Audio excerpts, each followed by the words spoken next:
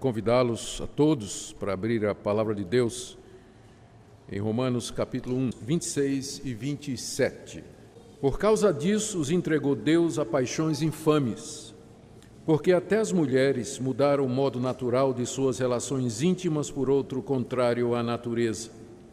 Semelhantemente, os homens também, deixando o contato natural da mulher, se inflamaram mutuamente em sua sensualidade, cometendo torpeza, homens com homens, e recebendo em si mesmos a merecida punição do seu erro.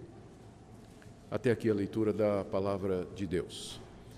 Antes de orar, eu queria fazer uma solicitação aos pais que estão com crianças pequenas, pedindo desculpas porque durante o mês de julho o nosso departamento infantil está em recesso. Eu sei que fica um pouco difícil para quem tem criança pequena, porque às vezes os meninos querem participar do culto também, não é? E nós ficamos felizes vendo os nossos filhos louvando a Deus e cantando e protestando contra o sermão às vezes, né, também.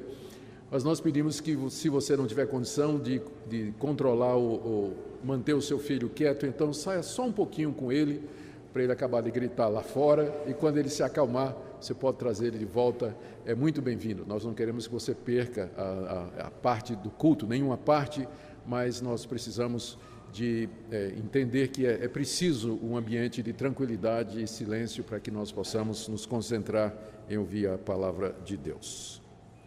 Vamos orar. Nosso Deus, nós pedimos a Tua orientação para a compreensão da Tua palavra. Nós oramos que o Senhor nos guie nesse tema tão difícil, espinhoso para os nossos dias. Oramos, ó Deus, por aqueles que de uma forma ou de outra estão enfrentando situações em que esse tema está no centro e pedimos que o Senhor os ajude e nos ajude também a sermos fiéis à Tua palavra em todos os sentidos. Em nome de Jesus. Amém. Meus irmãos, os dois versículos que eu li, eles representam parte do argumento do apóstolo Paulo no capítulo 1, em que ele explica por que ele quer pregar o evangelho na Espanha. A razão, diz o apóstolo Paulo, é que todo mundo pagão está condenado. Não há inocentes diante de Deus, nem mesmo aqueles que nunca ouviram o evangelho, nem ouviram falar da lei de Moisés, são inocentes diante de Deus. Porque Deus se revelou a essas pessoas, primeiro pela consciência e segundo pela criação. E tanto por uma quanto pela outra e pela combinação das duas, nós deveríamos saber que há um Deus e que esse Deus é santo, é justo, ele é reto e que ele não é a natureza e que nós devíamos dar glória a ele e render-lhe graças durante a nossa vida. Entretanto, a humanidade desprezou esse conhecimento de Deus. Paulo nos diz no início do capítulo 1 que eles sufocaram a semente do conhecimento de Deus que está nos seus corações e se voltaram para os ídolos, criaram deuses à sua imagem e semelhança e rejeitaram a revelação do Criador e do Todo-Poderoso. Deus, então, como castigo pela rejeição da humanidade, entregou a humanidade aos seus próprios desejos, entregou a humanidade às suas próprias paixões e, como resultado, tiradas as travas e os freios, a humanidade se precipitou cada vez mais na imoralidade, na violência e na perversão dos seus caminhos. E aqui o apóstolo Paulo aponta uma dessas consequências do abandono de Deus, por assim dizer. Deus abandonou a humanidade e as suas paixões.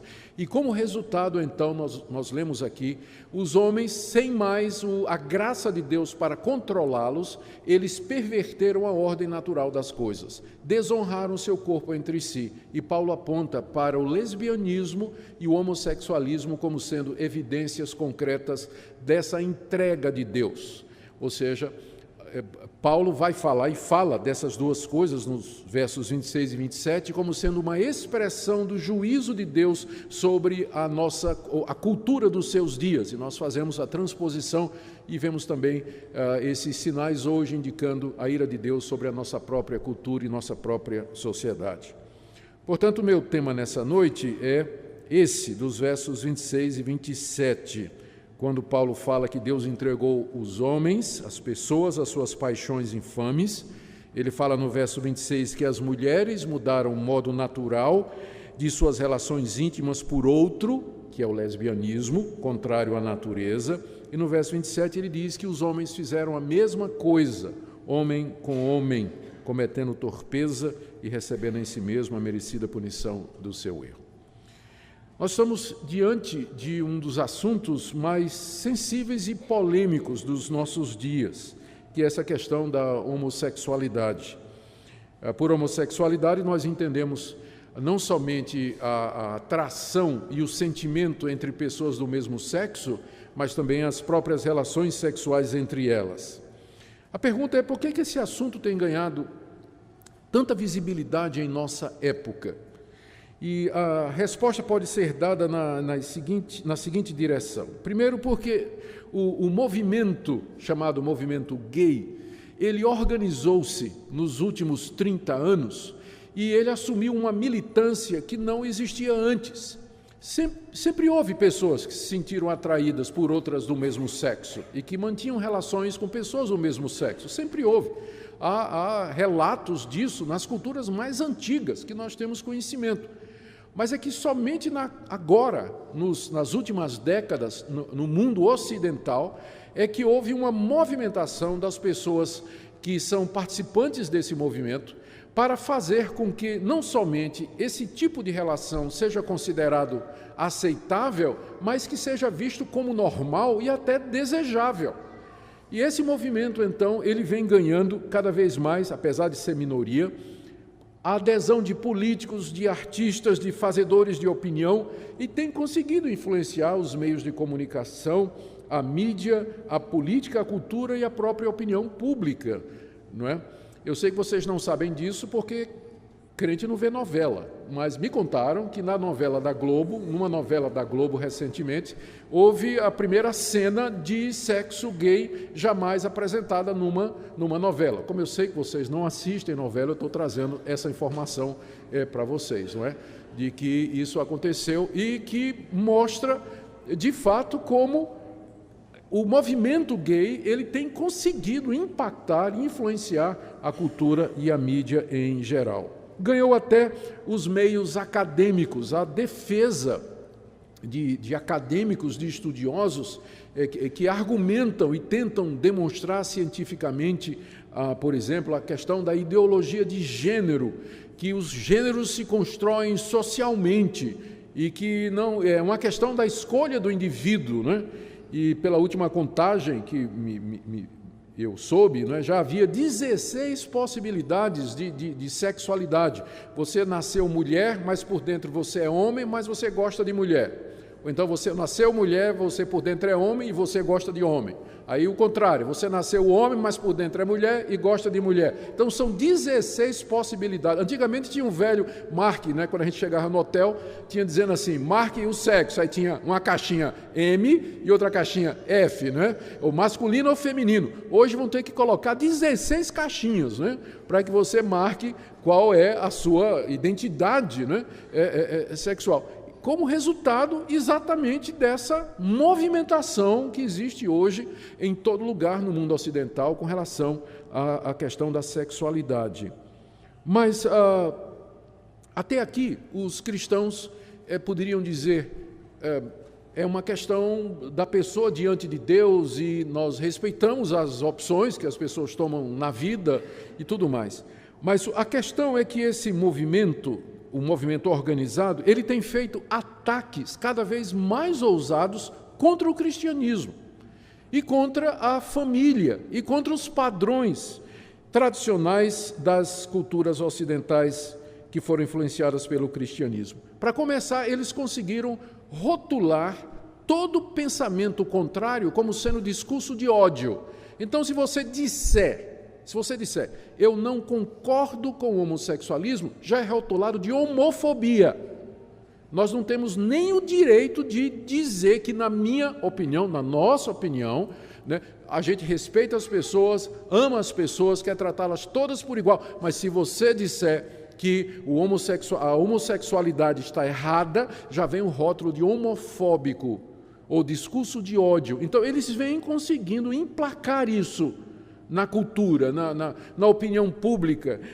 Outra coisa que eles têm feito é tentado culpar o cristianismo pela perseguição e violência contra os homossexuais, porque dizem que a igreja, ao considerar a homossexualidade como errada, provoca nos fiéis uma organização ou um desejo de combater o homossexualismo até na base da violência. Há pouco tempo, quando houve aquela tragédia numa boate gay em Orlando, em que uma pessoa matou dezenas de gays lá a tiro, aqui no Brasil um conhecido deputado começou a dizer que a culpa era dos evangélicos. Os evangélicos, porque eles dizem que é errado, não é? E aí as pessoas vão combater aquilo que é errado e querem resolver isso. Alguns vão ao extremo e fazer isso e usam da violência para combater, não é? Esquecidos de que quem promove massacre de pessoas assim não é o cristianismo que tem feito isso, de forma nenhuma. Ao contrário, muitos desses crimes são feitos por homossexuais que brigam entre si. Muitos desses chamados crimes de homofobia é praticado por outros homossexuais que acabam se desentendendo e assim por diante. Mas a mídia, consistentemente, ela vem fazendo essa campanha, escolhendo a maneira como dá a notícia para dizer que se um homossexual ele foi agredido ou ele foi atropelado, que é homofobia. E às vezes não é nem isso de fato que está acontecendo, não é? Mas, e agora, e mais recentemente, entre outras tentativas, né, que esse movimento ativista tem feito, vem de criminalizar a opinião. Ou seja, eles vêm tentando emplacar no Brasil algum tipo de lei que proíba as igrejas a pregar ou dizer o que elas acreditam com relação a isso. O último projeto de lei, que até agora não passou, primeiro tinha um projeto que proibia completamente. Depois eles viram que não passava e fizeram uma alteração. O primeiro projeto era o PL 122 de 2006. Esse não passou. Depois eles tentaram fazer uma composição dizendo o seguinte: não, os evangélicos podem dizer que o homossexualismo ou homossexualidade está errada, mas dentro do templo, dentro das igrejas, fora não pode. Então, por exemplo, esse sermão que eu estou pregando aqui não poderia estar sendo transmitido pela internet para o mundo todo, como está sendo agora, se aquela lei passasse. Não é? Porque dizia que se for falar desse assunto é só dentro do templo. E é claro que a dificuldade que eles estão encontrando para passar é que a Constituição brasileira assegura liberdade de crença, liberdade de consciência e liberdade religiosa. Então está na nossa Constituição, são direitos civis fundamentais. Direitos civis fundamentais. Mas há essa tentativa constante, organizada e persistente de criminalizar a opinião a respeito desse assunto. Os cristãos, eu acredito, eles respeitam a decisão de cada pessoa. A gente sabe que cada um dará contas de si mesmo a Deus. Se uma pessoa quiser seguir esse caminho, é uma decisão que ela vai tomar e nós vamos respeitar essa opinião, a posição. Mas eu tenho o direito de dizer que eu considero aquela atitude como qualquer outra, ou como qualquer outra coisa da vida. Eu posso dizer que eu não concordo, que eu acho errado, que esse tipo de comportamento ou de atitude, ela vai contrário àquilo que eu acredito. Chama-se liberdade de expressão, que o movimento vem tentando tirar, rotulando a nossa opinião sobre isso de discurso do ódio. Discurso do ódio. Então, por conta disso, esse assunto tem ganhado uma dimensão muito grande na mídia e até no meio evangélico também. E quando a gente vai tratar desse assunto, a gente tem que tratar com muito cuidado, não é? E também procurando ser justo para não exagerar ou deturpar as posições ou as opiniões das pessoas a respeito disso. Infelizmente, um número grande de igrejas evangélicas ao redor do mundo se renderam à pressão desse movimento.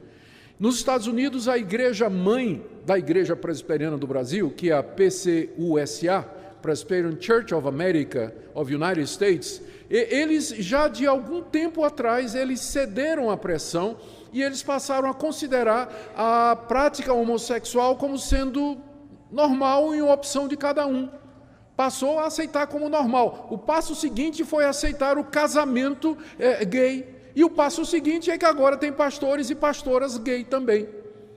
não é? Lá na Igreja Presbiteriana dos Estados Unidos, que foi a igreja de onde veio a nossa. Apenas para deixar muito claro, porque de vez em quando o pessoal fica pegando no meu pé, não é? E no pé de vocês também. A Igreja Presbiteriana nos Estados Unidos, a Igreja Presbiteriana aceita esse tipo de coisa. Você tem que dizer, não é a mesma coisa da Igreja Presbiteriana do Brasil. Nós rompemos com essa igreja em 1950. Ou seja, faz mais de 50 anos que nós não temos relacionamento nenhum com essa igreja.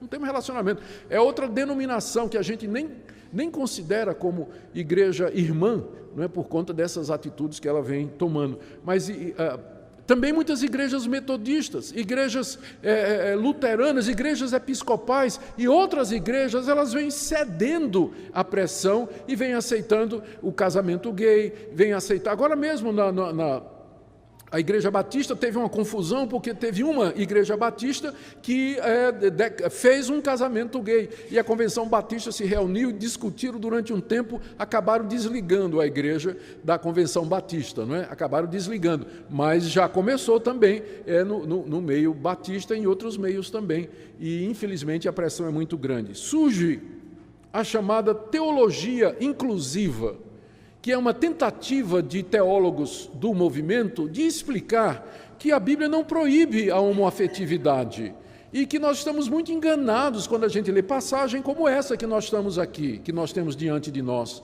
e que Deus é amor. Será que Deus vai me rejeitar só porque eu gosto de uma pessoa que tem o mesmo sexo que eu tenho?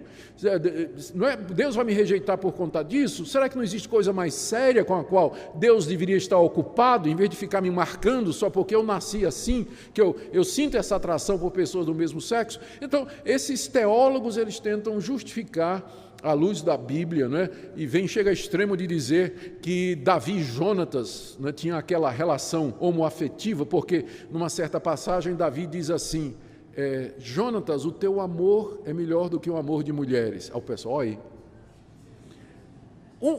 Um dos estragos do movimento gay é que acabou com a amizade entre pessoas do mesmo sexo. Eu me lembro da época em que as meninas andavam na rua, de braço dado, e ninguém levantava suspeita, era muito normal. Os rapazes estarem juntos, saírem juntos, sentarem juntos, bater papo, se abraçar, beijar no rosto e tudo mais, ninguém dizia nada. Hoje em dia, você andou muito junto, perto do seu colega, o pessoal já olha assim.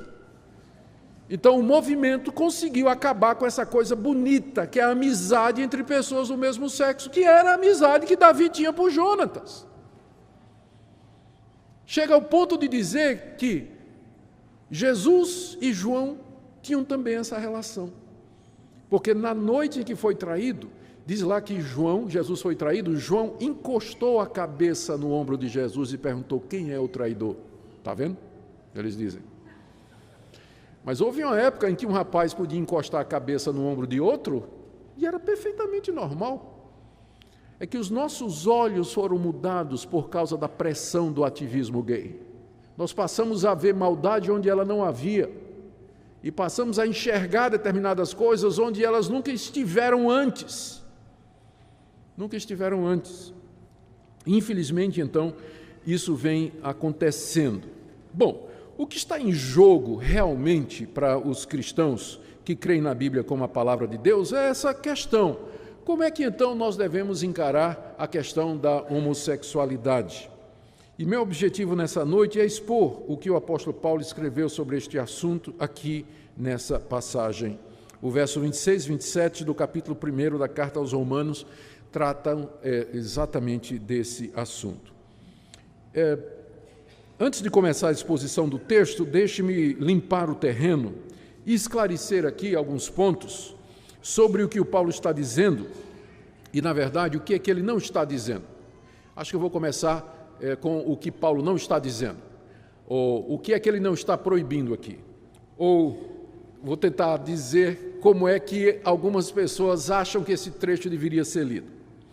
Em primeiro lugar, a posição mais contundente contra essa passagem é daqueles que dizem que Paulo aqui, ele está simplesmente refletindo o pensamento da época dele, em que os gays eram vistos com preconceito e que os homossexuais eram perseguidos, queimados e apedrejados. Então Paulo aqui Ele era inspirado por Deus, mas ele era humano também. Então, ele está pensando como homem da sua época.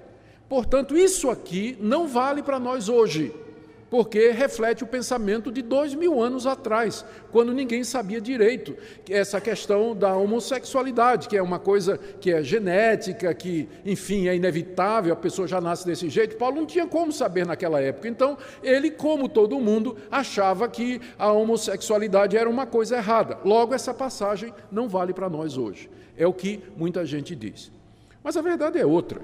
A verdade é que, na época de Paulo, o pensamento era diferente.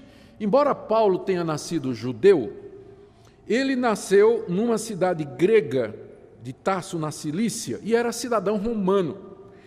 E a homossexualidade era bastante comum no mundo greco-romano em que Paulo viveu.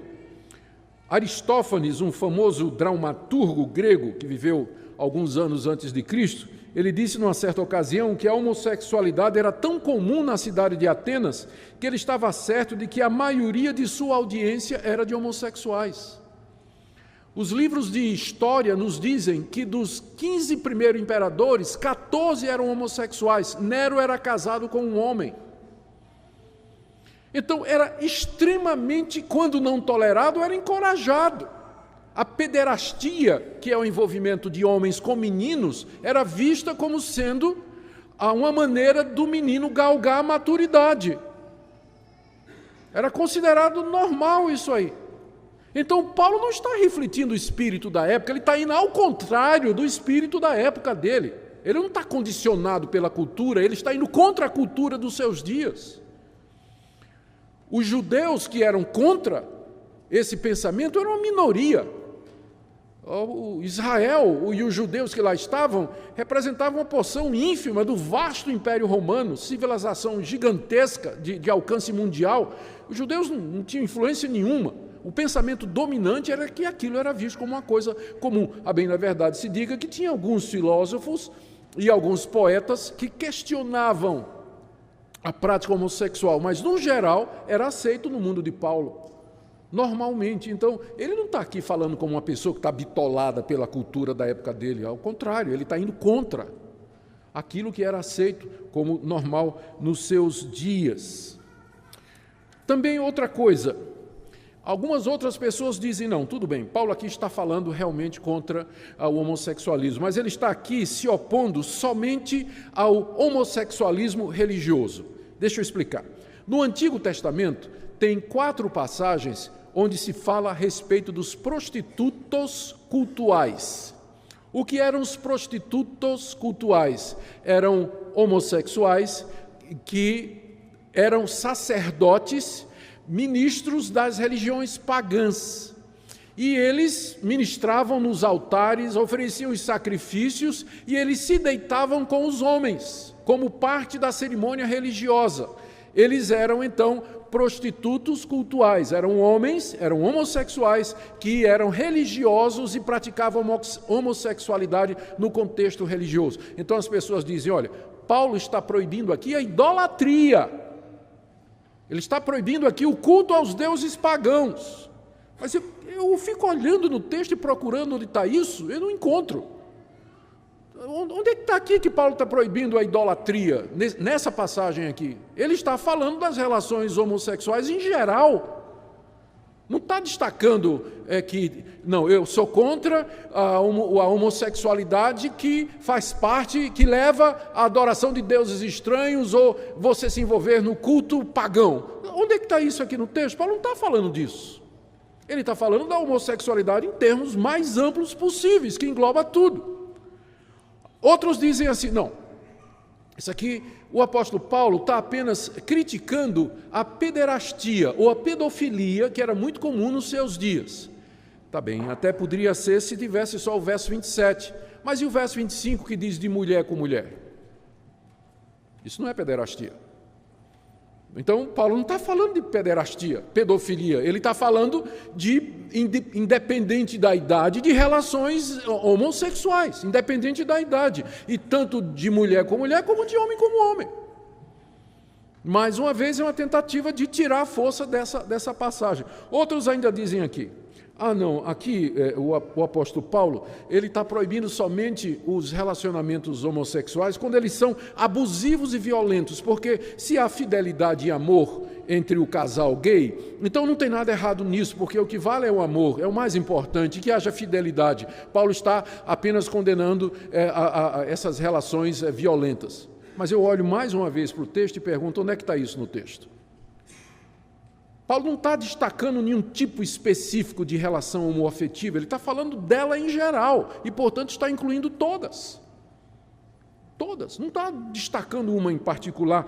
E, finalmente, o que nós temos que dizer aqui é que essa passagem se lida no seu contexto e no seu modo natural, na forma simples como ela está. O apóstolo Paulo está falando de relações homossexuais entre mulheres e homens em geral, e, portanto, está incluindo todo tipo de relação homoafetiva. Não está destacando uma em particular, mas está falando de todas. Portanto, a passagem tem uma aplicação global, geral, universal e vale para os nossos dias perfeitamente. Perfeitamente. E é assim que nós vamos tratar a passagem. Então, perguntemos, como é que Paulo considera as relações homossexuais aqui? Primeiro, não há dúvida nenhuma que Paulo considera como sendo uma prática antinatural e, portanto, errada, portanto, pecaminosa. Veja como ele se refere a essa prática. Primeiro, no verso 24, ele diz: por isso Deus entregou tais homens à imundícia pelas concupiscências de seu próprio coração, para desonrarem o seu corpo entre si. Ele está se referindo exatamente ao lesbianismo e ao homossexualismo. Paulo diz que isso é uma desonra para o corpo. O verbo desonrar, que ele usa aqui no verso 24, significa tratar alguém ou alguma coisa de maneira indigna, de forma imerecida ou imprópria. E no caso a referência é ao meu corpo. Deus nos deu um corpo e Deus criou esse corpo com uma finalidade e com um propósito, que é o relacionamento heterossexual monogâmico dentro do casamento. Então, o que for fora disso, desonra o corpo. Ele não foi feito para isso. Você está dando a ele um tratamento indigno. Está dando a ele um tratamento desonroso. Segunda coisa, Paulo se refere à prática homossexual, no verso 27, como sendo uma inflamação na sensualidade. Veja o verso 27. Semelhantemente, os homens também, deixando o contato natural da mulher, se inflamaram mutuamente em sua sensualidade, homens com homens. Paulo chama, então, essa atração de homem com homem e a consequente relação entre eles como sendo uma inflamação. Essa é uma palavra na língua grega que significa um sentimento tão forte que a pessoa se sente consumida por um fogo. O desejo é tão grande que ela está fervendo de vontade, se a gente quiser usar uma expressão mais corriqueira. A versão da Bíblia na linguagem de hoje traz assim: os homens se queimam de paixão uns pelos outros. E essa paixão aqui, que queima, ela é errada não por causa da sua intensidade, mas é porque é mal dirigida. É de homem para homem. O homem deveria se inflamar e queimar de paixão por uma mulher, mas ele faz isso por outro homem. Paulo, então, considera como sendo uma inflamação, dirigida, não é, para o alvo errado. No verso 27 ainda, ele se refere a esse relacionamento como sendo torpeza. Está vendo aí no verso 27? Cometendo torpeza. Torpeza significa uma atitude vergonhosa, ou como é traduzido na Nova Versão Internacional, um ato indecente. Ou, finalmente, ainda no verso 27, no final dele, ele diz que esses homens recebem em si mesmos a merecida punição do seu erro. Então, é evidente, é claro que não há dúvida nenhuma, se você for tomar a Bíblia como ela está e como ela nos diz, não há o menor questionamento. A prática homossexual é vista como sendo errada. Não tem como torcer essa passagem. Aquelas tentativas que eu mencionei no início, que Paulo não está falando disso, que Paulo não está falando aquilo, elas todas caem por terra diante da clareza do texto, da sua simplicidade. Paulo está afirmando com muita clareza: isso é errado. Isso é errado, é pecado diante de Deus. Mas a gente pergunta, mas Paulo não estaria sendo incoerente? Algumas pessoas perguntam, né? Paulo não está sendo incoerente? Porque lá no Antigo Testamento está dizendo mesmo, por exemplo, lá em Levítico, capítulo 20, né, que o homem que se deitar com outro como se fosse mulher está cometendo abominação. Só que essas pessoas dizem, está lá dizendo também que tem que ser apedrejado.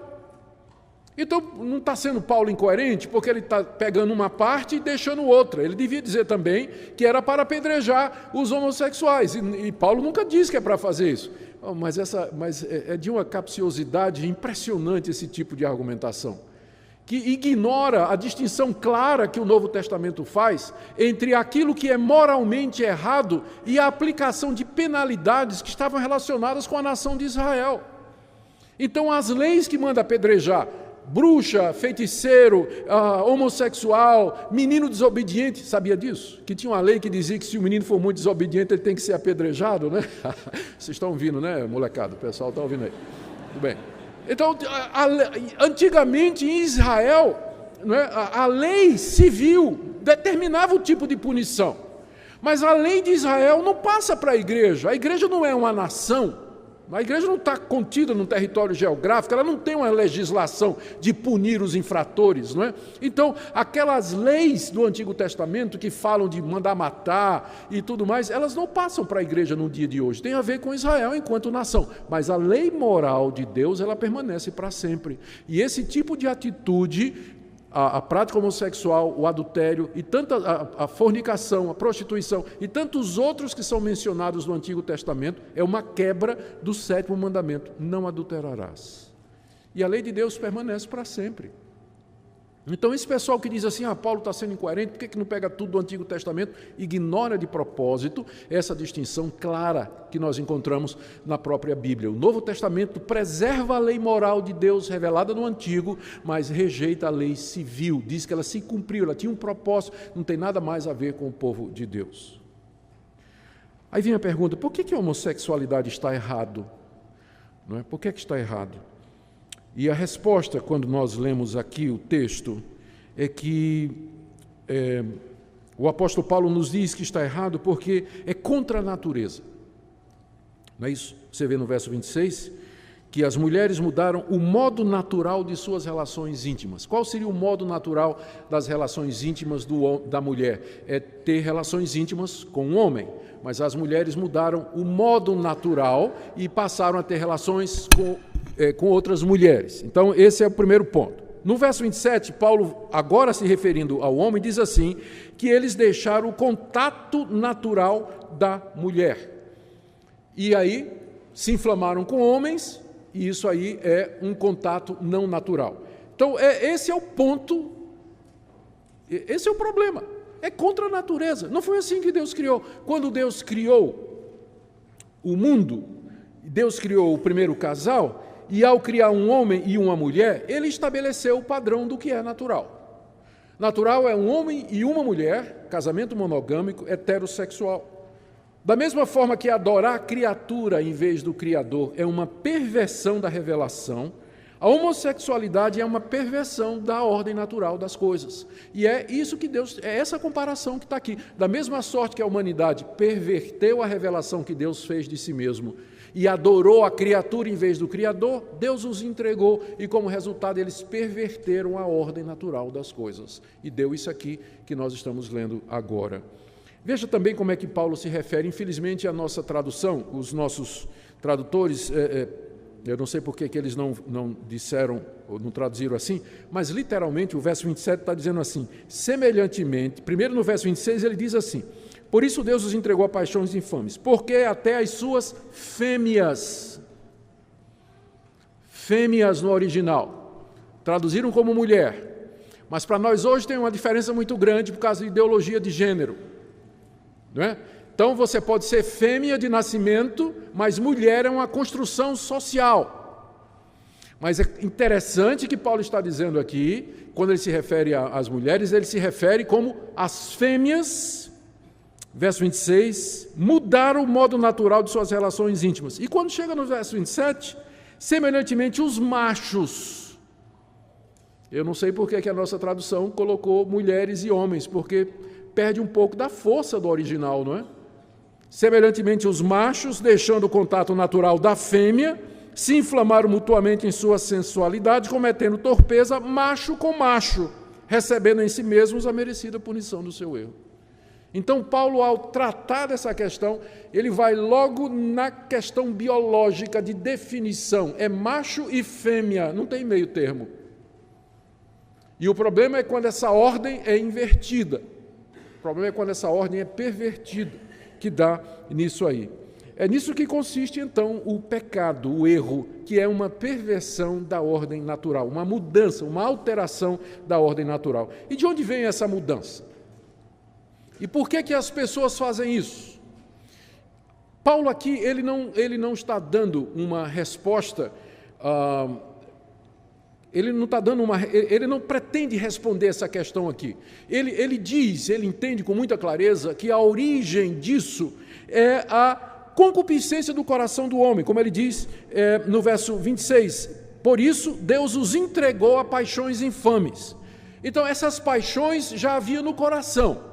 O que faltava agora era ela se espalhar para o corpo. E uma vez que Deus tirou o pé do freio e tirou as travas, então o coração do homem foi até onde queria ir. E como resultado houve essa mudança da ordem natural. Então, olhando dessa perspectiva, a prática homossexual, a homossexualidade, é um problema que acontece no coração. É o resultado da corrupção do coração humano que está agora liberada porque Deus retirou a sua graça. Só que essa liberação é uma liberação punitiva.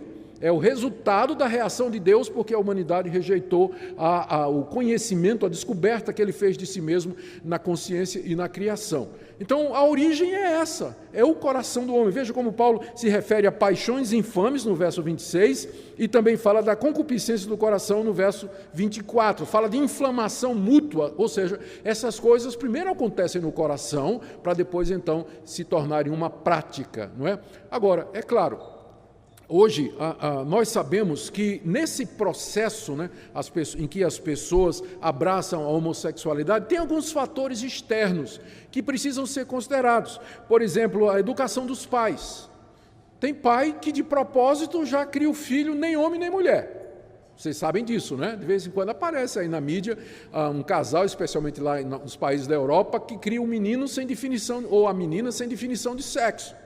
Então tem casais que, comprando a mentalidade da época, vão nessa onda de ideologia de gênero e dizem assim, vou deixar meu filho decidir quando ele tiver 10 anos o que é que ele vai ser.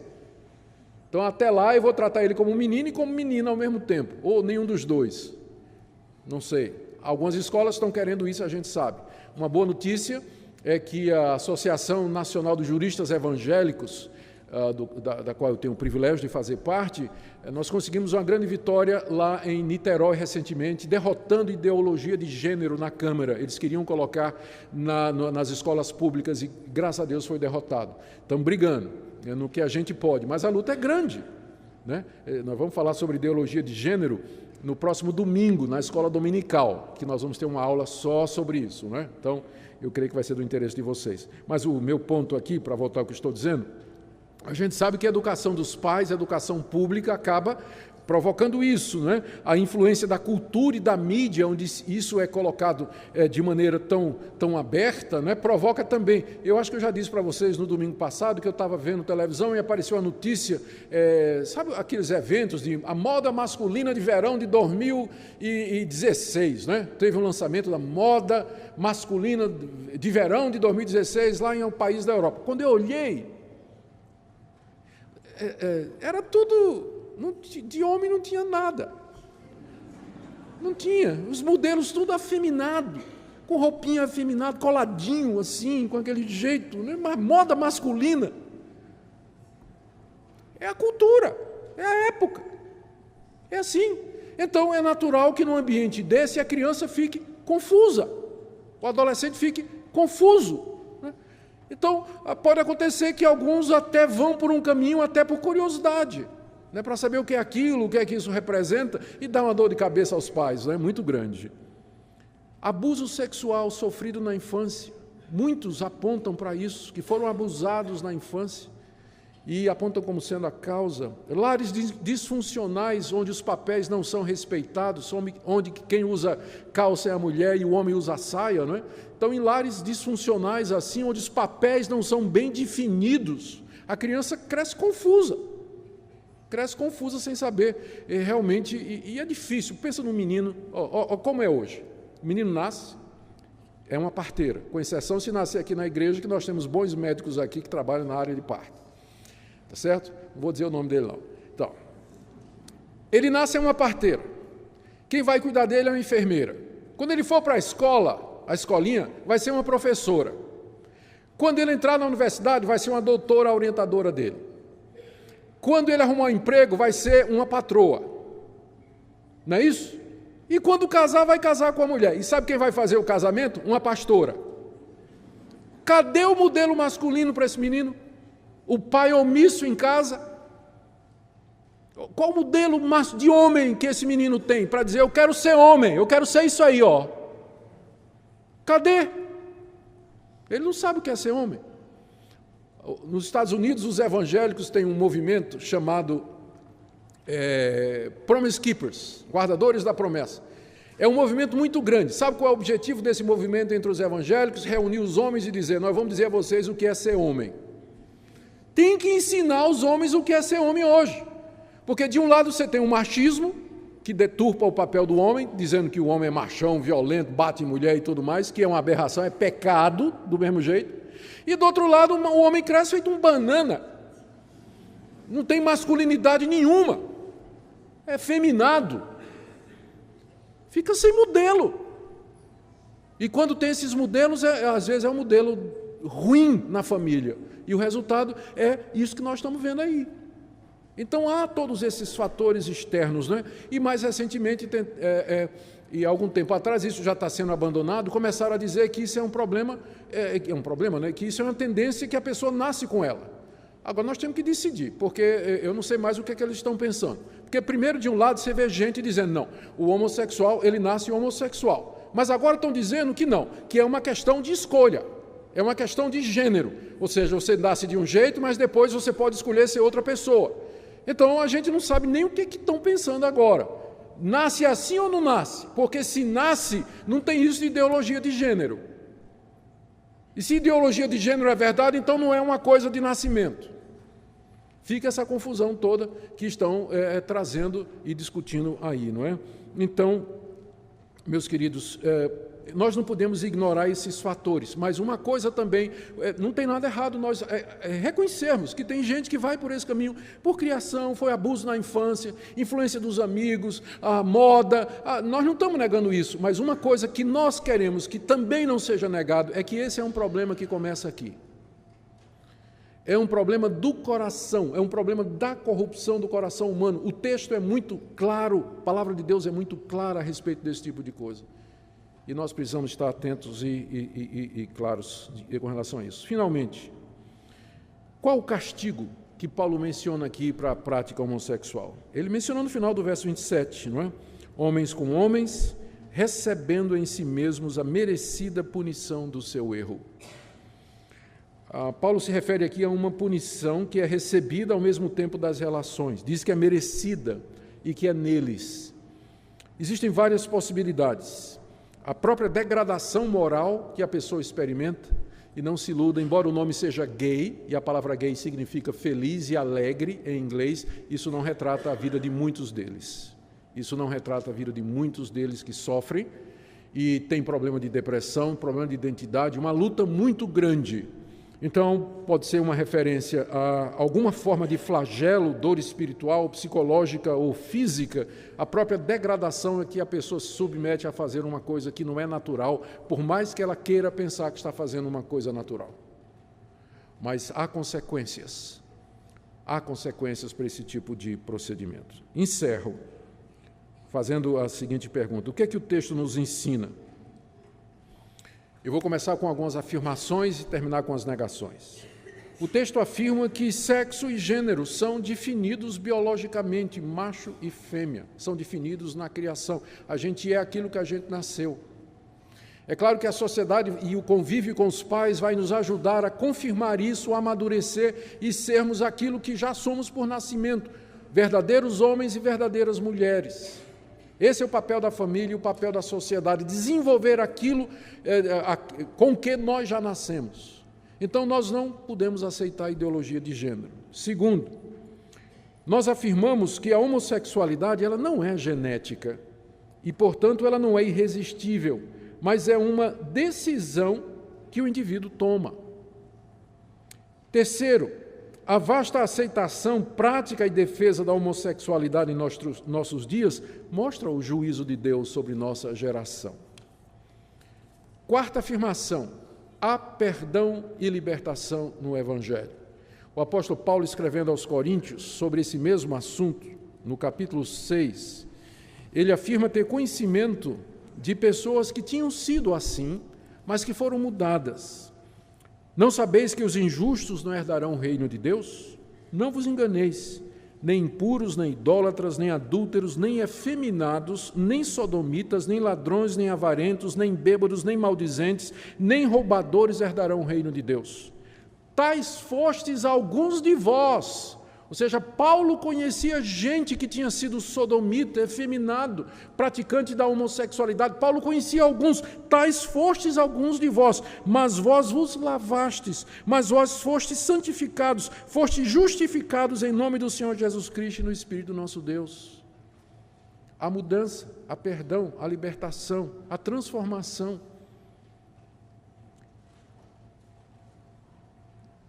E o que isso tem a ver conosco em termos práticos? E eu queria que você pensasse nas seguintes coisas aqui, e eu agora estou fechando mesmo, né? Vou fechar mesmo. Eu queria que todos nós prestássemos atenção nesse ponto. Note que o apóstolo Paulo não está tratando a homossexualidade como sendo o pior pecado de todos. Veja que, a partir do verso 28, que nós veremos mais adiante, na próxima vez, Paulo dá uma lista de quase 20 atitudes que ele considera igualmente como sendo erradas. Nunca no Novo Testamento a questão da homossexualidade é tratada isoladamente, mas sempre em conjunto com outros comportamentos. Por isso é muito errado a gente olhar para a homossexualidade como sendo pecado sem perdão. E algumas das reivindicações do movimento estão corretas, às vezes a igreja é homofóbica mesmo. Ela rejeita mesmo, ela não aceita, às vezes na própria família, vê como sendo uma coisa odiosa, que tem que ser combatida. A Bíblia não nos ensina que a homossexualidade é o pecado sem perdão. Só tem um pecado sem perdão na Bíblia, que é a blasfêmia contra o Espírito Santo. E a homossexualidade não é esse pecado. Há outros pecados que a Bíblia trata. Prostituição, adultério, fornicação, que é sexo entre gente que não é casada, trata com o mesmo rigor.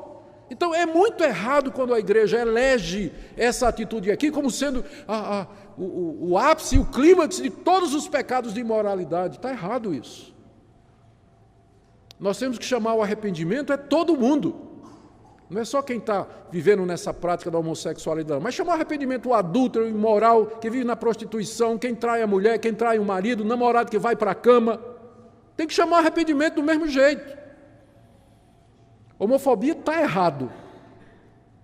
E nós repudiamos qualquer violência feita a uma pessoa só porque ela é homossexual. Repudiamos. Está errado isso. Porque não é assim que a palavra de Deus encara. Então eu queria que você analisasse bem isso, que você pensasse no seu coração a respeito desse assunto. Agora, me deixe dar uma palavra para aquelas pessoas que são crentes em Jesus Cristo, mas que se sentem atraídas e tentadas por pessoa do mesmo sexo. É mais comum do que você imagina. Pessoas que estão na igreja, são crentes, de verdade, creem no Senhor Jesus, mas elas sentem essa atração. Eu quero que você veja a diferença entre tentação e o pecado em si. Ser tentado não é pecado. Pecado é quando você cai nele. Nós somos tentados de muitas maneiras. Quem não é homossexual, ele é tentado para o lado de cobiçar pessoas que não lhe pertencem do outro sexo. Quem sofre com essa questão da homossexualidade é tentado a cobiçar pessoas do mesmo sexo, mas no fim é uma tentação do mesmo jeito. Então, não é pecado você ser tentado. Pecado é quando você concorda, quando você aceita, quando você começa a fantasiar, quando você vai para a internet para ver e depois você vai para a prática. Aí é pecado. Eu não posso evitar que um passarinho pouse na minha cabeça, mas eu posso evitar que ele faça um ninho. Não é verdade? Então, pensamentos vêm, tentações vêm, desejos chegam no coração, mas a gente pode dizer não, não e não. E nós podemos lutar contra isso com a graça de Deus, não só contra essa tentação, mas contra qualquer outra. Com a graça de Deus, pelo poder do Espírito Santo, nós podemos lutar contra a tentação. Então, ser tentado em si não é pecado. Mas o pecado é quando você se deixa envolver. Também uma palavra a quem está envolvido na prática homossexual. Como eu disse, a igreja não pode ver isso como sendo pecado sem perdão. E é necessário que você entenda que o mesmo tratamento que nós lhe daríamos é o mesmo tratamento que nós daríamos a uma pessoa que também está engajada em qualquer outra prática sexual ilícita. E o tratamento é padrão, é o mesmo: arrependimento, mudança de vida, fé no Senhor Jesus Cristo para perdão de pecados, comunhão com Deus e com o seu povo. É a mesma mensagem, não tem diferença nenhuma. E a última palavra aqui, talvez a mais difícil, aos pais que têm filhos que estão sendo tentados nessa área. É muito difícil isso. E muitos pais sofrem. Eu não sei nem como, cada situação é uma situação, talvez a minha história ajude um pouquinho. Eu fui um menino muito malvado, não desse jeito, né? Mas eu dei muito trabalho à minha família. Dei muito trabalho. Roubava coisa de casa, ia para farra, ficava bêbado, fazia coisas das quais hoje eu tenho vergonha só de falar, não vou falar muito não. Mas eu tinha uma mãe que me amava e orava por mim, e um pai que discordava completamente de mim, mas nunca fechou a porta da casa dele para mim. Nunca fechou. Eu sabia que mesmo depois daquelas noites de farra e tudo mais, eu podia voltar para casa, que eu tinha um lar ali. Que meus pais não concordavam comigo, isso era muito claro, mas eles nunca me abandonaram. No dia que Deus abriu o meu coração e eu me tornei crente, os meus pais me receberam de braços abertos. Eu sabia que eu tinha um lar para onde eu podia voltar, alguém que podia me abrigar e me ajudar e me acolher. Então, se eu posso dizer alguma coisa para você, não feche a porta para o seu filho. Você pode deixar muito claro para ele que você não concorda, mas você pode fazer isso sem demonstrar rejeição e ódio a ele. Você pode dizer: você ainda é meu filho e eu vou amar você, não importa a decisão que você faça. Mesmo que eu não concorde com isso, e você sabe que eu não concordo com isso, mas a porta do meu coração, e enquanto for possível, da minha casa vai estar aberta para você. É claro que na minha casa eu não quero que você traga pessoas, que você não faça tais coisas, tem hora para você chegar e tem tudo mais, enquanto você estiver na minha dependência, não é? Mas o meu coração está aberto para você, você conta com minhas orações e vou estar com você sempre. Eu acredito que o amor e a misericórdia são o melhor caminho. São o melhor caminho. Quem sabe um dia esse filho vai dizer: puxa vida, eu sou tão rejeitado, as pessoas olham com tanto preconceito para mim, mas minha mãe me ama. Meu pai me ama, apesar de eu ter dado tanta tristeza ao coração deles, e quem sabe Deus não vai usar isso para fazer a diferença na vida do seu filho. E que Deus a todos nos dê graça, meus irmãos. Oremos pelo nosso país, oremos por esses queridos que lutam com essas coisas, que Deus nos dê misericórdia, sabedoria, para lembrarmos que aquele que está em pé, veja que não caia. Que a graça de Deus esteja com todos nós. Amém. Oremos. Ó Pai querido, nós pedimos misericórdia, pedimos que o Senhor tenha compaixão de nós, pedimos perdão pelas vezes que não soubemos tratar pessoas que estão lutando contra essa tentação. Eu oro pelos pais que têm que lidar com filhos nessa situação. Oro pelos jovens da igreja, adultos, também pessoas casadas que lutam contra essa tentação. Ajuda o Senhor a vigiar e orar para não cair em tentação. Dá-lhes graça e misericórdia. Ajuda, Senhor, o nosso país, tem misericórdia de nós, permita que nós continuemos a ter liberdade de expressão, de religião, de consciência, para que possamos, ó Deus, ser aquilo que o Senhor planejou para nós, uma igreja que é sal e luz do mundo. Graças te damos pela tua misericórdia, em nome de Jesus. Amém.